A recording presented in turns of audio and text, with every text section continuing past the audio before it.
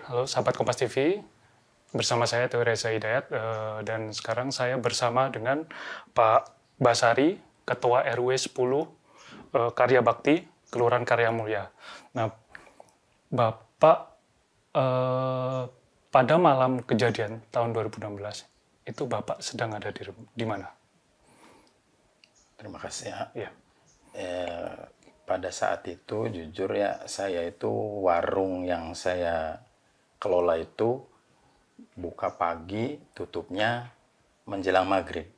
Jadi pada saat itu saya ya berada di rumah, nggak ada di tempat yang saya usaha warungan itu, yang di depan anak-anak pada tidur di situ tuh Pak. Oke. Di tempatnya anaknya Pak RT itu. Nah, kalau misalkan pada saat penangkapan terpidana 31 September 2016 itu mungkin Bapak bisa ceritakan Bapak sedang ada di mana?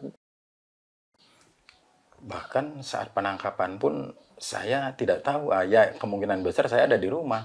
Saya tahunya saat ada acara warga hajatan, malam hari kan biasa warga itu ketika ada yang hajatan itu kumpul lah, melekan. Nah di saat melekan itu ada teman-teman atau yang ikut melekan itu ngomong ke saya. Memang waktu itu saya nggak jadi RW ya, cuma mereka manggil saya masih RW. Pak RW denger enggak? Itu anak-anak di sini ditangkap sama polisi. Siapa? Jaya, Eko, kemudian Dirman, kemudian Adi katanya gitu. Terus si Sandi, Saka Tatal. Kenapa? Terlibat geng motor katanya. Astagfirullahaladzim, masa iya sih? Mereka terlibat geng motor, kata saya kan gitu. Saya ya jujur nggak percaya, bukan setengah nggak percaya, saya nggak percaya. Nah itu sebatas itu saya tahu. Waktu malam pas melekan ada warga hajatan, lek-lekan kata orang sini mah gitu. Tuh, jadi saya tahu pas saat lek-lekan itu, kalau kronologis penangkapan atau dibawanya jam berapa, hari apa, jujur saya nggak tahu. Memang saat itu saya nggak menjabat jadi pengurus RW. Oke. Jadi saya itu jadi RW itu tahun 2002, kemudian lanjut sampai tahun 2014. Nah, 4 periode itu saya saya nggak jadi pengurus. Nah, kemudian 2017 saya diajukan lagi menjadi calon pengurus RW periode 2017 sampai 2020. Okay. Itu. Oh, jadi pas penangkapan atau enggak kasus ini terjadi berarti Bapak posisinya bukan ketua RW? Bukan. Oh, gitu. Saya warga biasa. Tapi sempat tahu ya Pak, 5 warga ini kenal gitu? Ya kenal banget. Apalagi gue yang namanya Dirman itu. Saya nggak percaya sekali dengan Ananda Dirman. Karena saya tahu persis waktu saya dagang. Kebetulan warungnya itu kan posisinya musola itu sebelah utara. Kemudian si rumah Dirman itu sebelah selatan. Nah, jadi ketika sholat duhur, sholat asar, sholat maghrib, itu Dirman pasti melintas di depan warung saya. Udah jadi kebiasaan? Ya, udah rutinitas dia sholat berjamaah di musola. Itu saya nggak percaya sama sekali bahwa si Dirman itu terlibat hal-hal yang luar biasa biadab, itu saya nggak percaya. Setelah Bapak jadi ketua RW mungkin boleh diceritakan apakah ada langkah mungkin ketemu dengan mungkin dengan keluarga atau dengan warga di sini? Ya memang saya karena ada rasa tidak percaya dengan anak-anak, khususnya warga saya, bahkan itu masih ada family saya yang ditangkap, konon katanya dia anak-anak geng motor, kemudian merkosa saudari Vina gitu kan ya. Saya tetap masih nggak percaya saat itu. Memang sampai sekarang pun saya nggak percaya.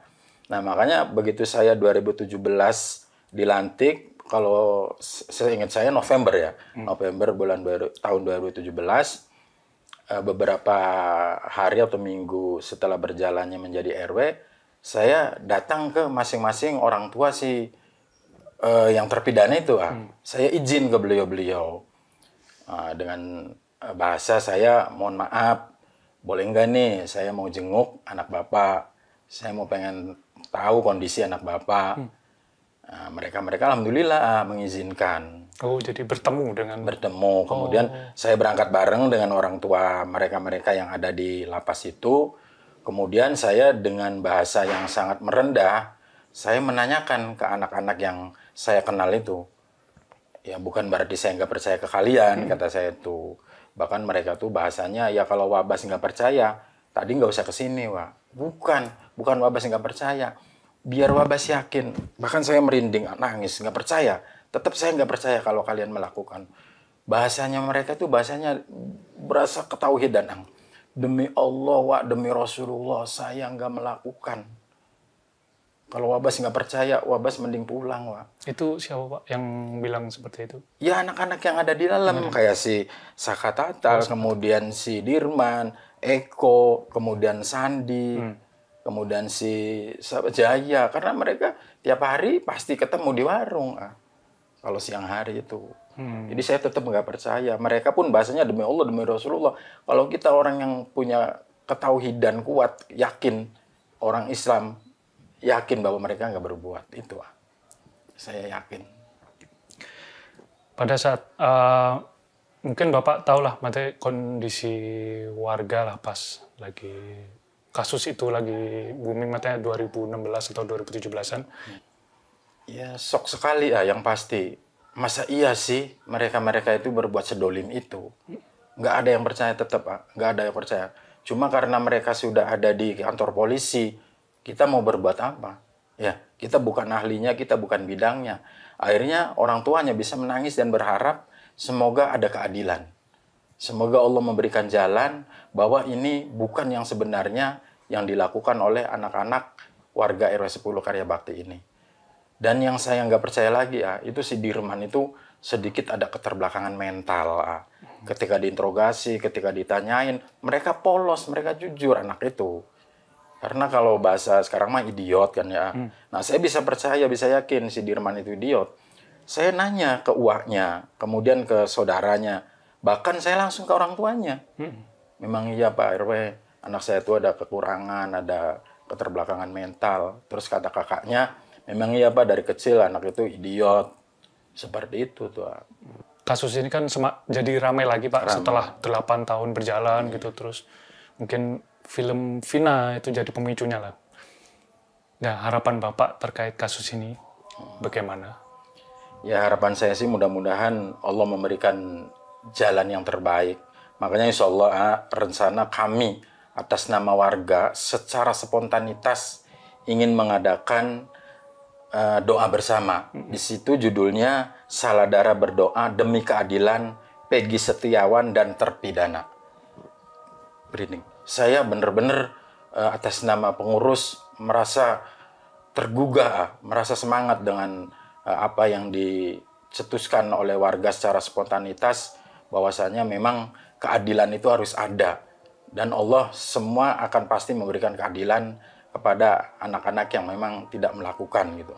Apalagi dengar di semua media itu semua saksi sudah memberikan kesaksian yang sebenar-benarnya. Bahwa memang anak-anak yang terpidana itu bukan pelakunya. Insya Allah mudah-mudahan Allah memberikan jalan, memberikan keadilan yang seadil-adilnya kepada warga saya, saudara saya, anak-anak saya yang menjadi terpidana itu.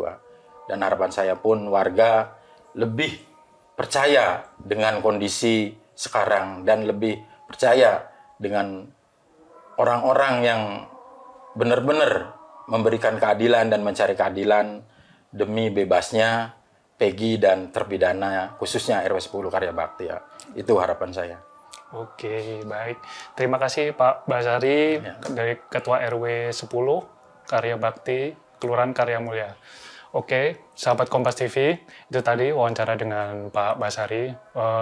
Pak Basari pada tahun 2016 menyampaikan bahwa dia tahu bukan Ketua RW waktu itu, tapi mengerti kondisi lingkungan saat itu. Bersama saya, Theo Reza Hidayat dan Rengga, pamit undur diri.